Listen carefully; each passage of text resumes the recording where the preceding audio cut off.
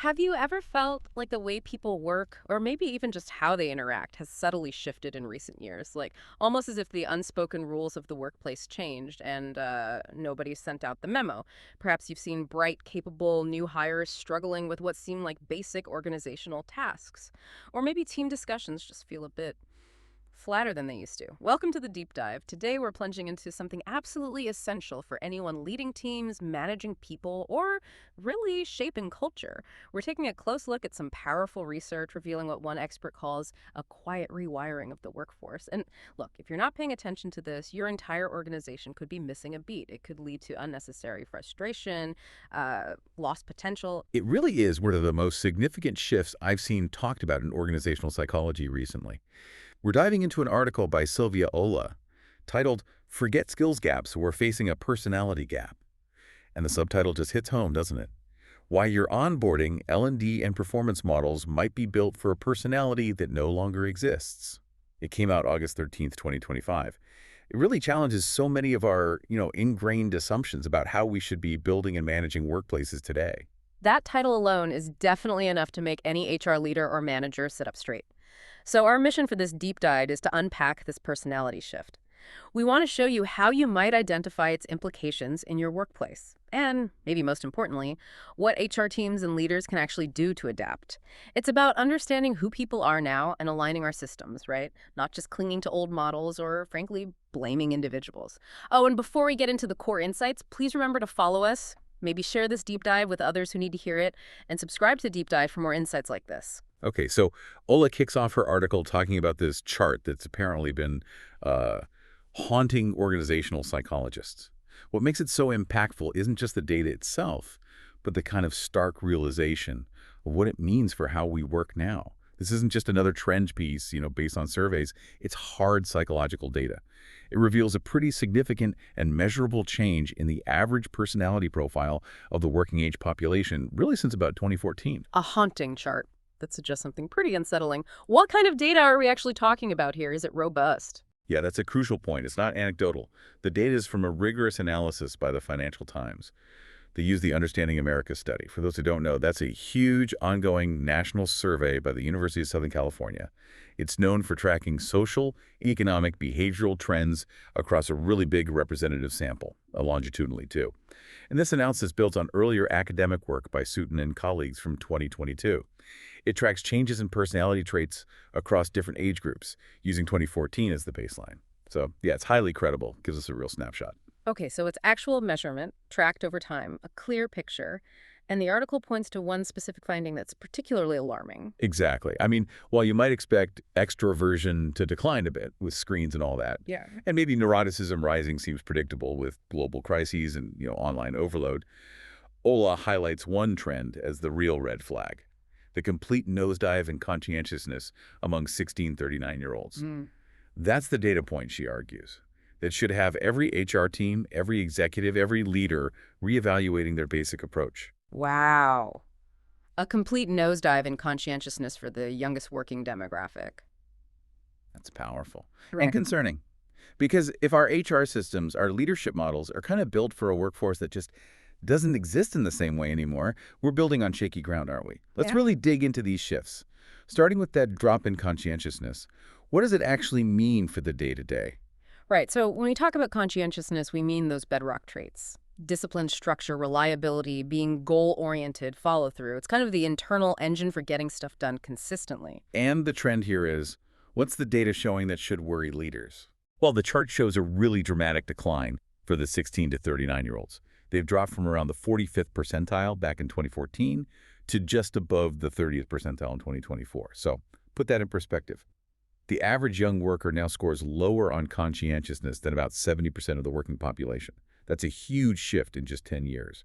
Meanwhile, older groups are much more stable. 60 plus stayed around the 55th percentile.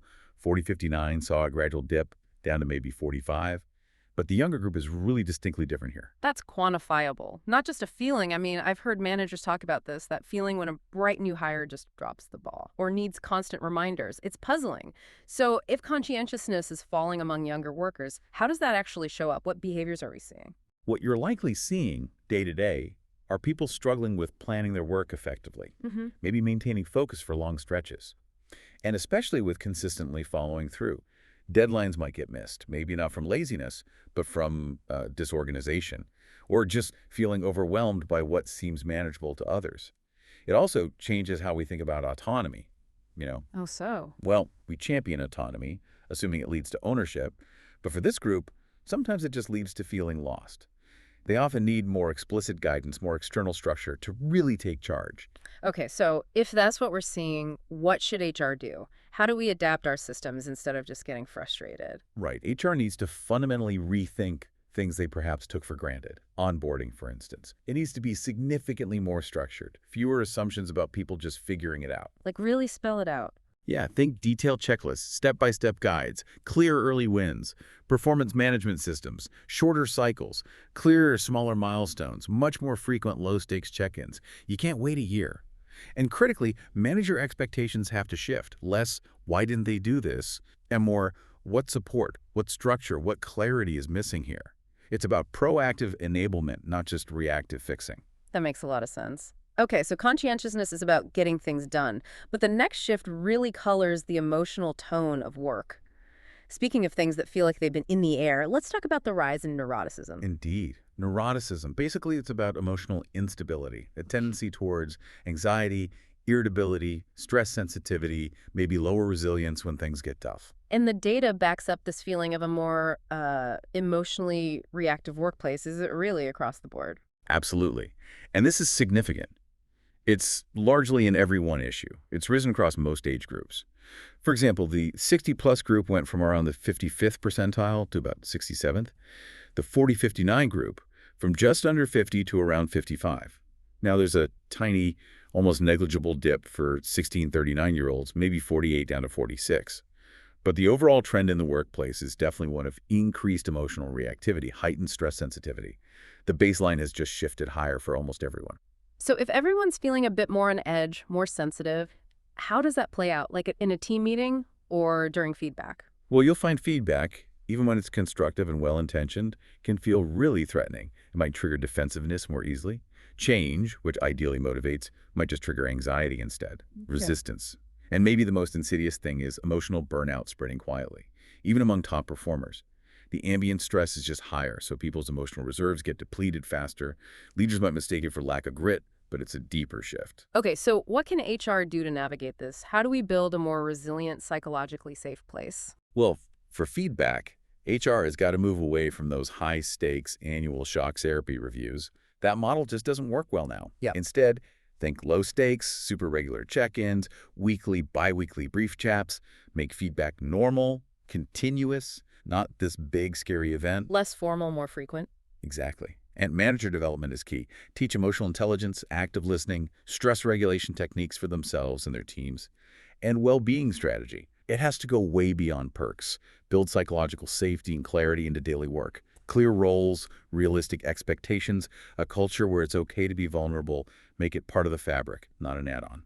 Fascinating. Okay, next up, declining agreeableness. What exactly does that mean for how teams function? So agreeableness, that's the trait linked to empathy, cooperation, trust, seeking social harmony, interpersonal sensitivity. It's kind of the social glue, right? Yeah. Helping teams work together, resolve differences, build rapport. And what's the data telling us about this glue? We're seeing a noticeable decline here too, especially in younger workers, the 16-39 group. They dropped from around the 45th percentile down to about 35th. The 40-59 group also shows a gradual decline, though maybe less steep. The 60-plus group is pretty stable. Now, Olah stresses this doesn't mean younger people are rude or anything, Right. but it does mean they're less likely to just default to trust and cooperation. That team-first instinct might be less automatic. The sort of social fabric of work is getting thinner, you could say. It needs more deliberate effort to weave it together. So how does that manifest? If trust isn't the default, cooperation isn't automatic. What are leaders actually seeing? Well, collaboration might feel more forced sometimes, less natural flow, maybe more like pulling teeth than spontaneous teamwork. Conflict might escalate more easily because there's maybe less inherent empathy or impulse to find common ground quickly. And crucially, trust really has to be earned. Through consistent action, clear communication. You can't just assume it because you're on the same team. Building cohesive teams just requires a much more intentional approach than maybe it did a decade ago. Okay, so for HR, what are the actionable steps? How do you intentionally build that social fabric? HR needs to be really deliberate. In team design, in culture stuff, this means actively building in rituals that foster psychological safety and connection, like structured team building, shared goals, regular informal interaction opportunities. Hiring filters should look beyond just capability, assess for cooperation, collaborative spirit, Not just can they do the job, but how will they do it with others? precisely. And there's a huge need for better feedback training, not just giving it, but receiving it, Hmm. and navigating disagreements without it becoming personal. And maybe most importantly, proactive conflict support. Design clear frameworks for navigating conflict before it blows up. Provide resources. Give people the tools. Right. Okay, finally, the drop in extroversion. This one feels, I don't know, maybe more intuitive, given digital communication, remote work. It does seem to fit the narrative, yeah. Oh, Extroversion covers things like sociability, assertiveness, energy, enthusiasm, seeking stimulation from others, how much energy you get from being around people. and the numbers reflect that, especially for younger folks. They do. The data shows a decline across all age groups, actually, but it's sharpest among the 16-39-year-olds. They dropped from about 48 down to 42. And it's not just remote work, though that definitely plays a role. It seems to be a broader shift away from naturally expressive, outwardly driven behavior, maybe more comfort with internal processing or digital interaction first. So what does this mean for the workplace? P meetings, brainstorming, office vibe? You likely notice fewer people just jumping in during meetings or volunteering ideas without being directly asked or given a structured way to contribute. Engagement can feel, well, flatter. Even when people really care about the work, their default just isn't outward enthusiasm. And that whole intangible culture thing, belonging, camaraderie, doesn't just happen anymore. It needs scaffolding, intentional design, consistent reinforcement, because those spontaneous social moments that used to build it are just less frequent. Okay, so if organic social interaction is down, what's HR's play? How do we intentionally build culture and make sure all voices are heard? HR absolutely has to rethink traditional culture building. Don't just rely on happy hours hoping connections form. You need to engineer opportunities for meaningful connection, for participation. Yeah. Move beyond any questions. Use structured formats, breakout groups, anonymous polls, pre-submitted questions, maybe quiet reflection time before discussion. Help everyone contribute, not just the loudest. Make it easier for introverts or less assertive people to engage. Exactly. Recognition programs should also spotlight the behind-the-scenes folks, the reliable, conscientious ones, not just the most visible or outspoken. And onboarding. Focus it less on just info dumps and more on guided connections. Help new hires build their network. Understand the social landscape from day one. Wow. Okay, this is a lot to take in, but it's incredibly illuminating. It reframes so many common workplace frustrations, doesn't it? So what's the big picture here for HR leaders? What's the key takeaway Sylvia Olah really wants us to grasp? I think the absolute central takeaway is this. You are not managing a workforce that's inherently lazy or disengaged or unmotivated. That's the wrong frame. Instead, you're managing a workforce with a fundamentally different psychological profile than the one your systems, your practices, your leadership styles were likely built for. It's a systemic mismatch, not an individual failing. That reframing is so key. It's not about blame. It's about seeing the misalignment and adjusting our approach. Precisely. And if organizations don't adapt, they'll just keep asking, why aren't people performing? Or why is our culture struggling? Instead of asking the right question, why aren't our systems aligned with who people are now? The consequences are continued frustration, performance gaps, missed opportunities, maybe higher turnover as people struggle in environments not designed for them. But the good news, as Ola points out, is that once you see this shift clearly, you can design for it actively, intentionally. This isn't some unsolvable problem. It's actually a powerful opportunity to build more effective, more supportive, maybe ultimately more human workplaces. It really is. It encourages a proactive, empathetic approach, one that focuses on creating systems that resonate with current human psychology, not some outdated ideal. It's about designing workplaces where everyone, regardless of their baseline personality, can actually thrive. And that leads us right to our final thought for you, our listener. If our whole understanding of normal work behavior is based on a personality profile that, according to this data, doesn't really dominate anymore, what exciting new possibilities open up when we intentionally design our workplaces for the workforce of today and, yeah, tomorrow? It's a provocative question, isn't it? And the answers could really redefine how we all work, lead, and thrive. It shifts the burden of adaptation from the individual who might be struggling to the organization where arguably it belongs. Absolutely. Well, thank you for joining us on this deep dive into the quiet rewiring of the workforce. If this conversation resonated, please subscribe to the deep dive for more insights on what actually works in modern workplaces. And definitely share this deep dive with your network, especially any managers, leaders, or HR pros you know. Until next time, keep digging.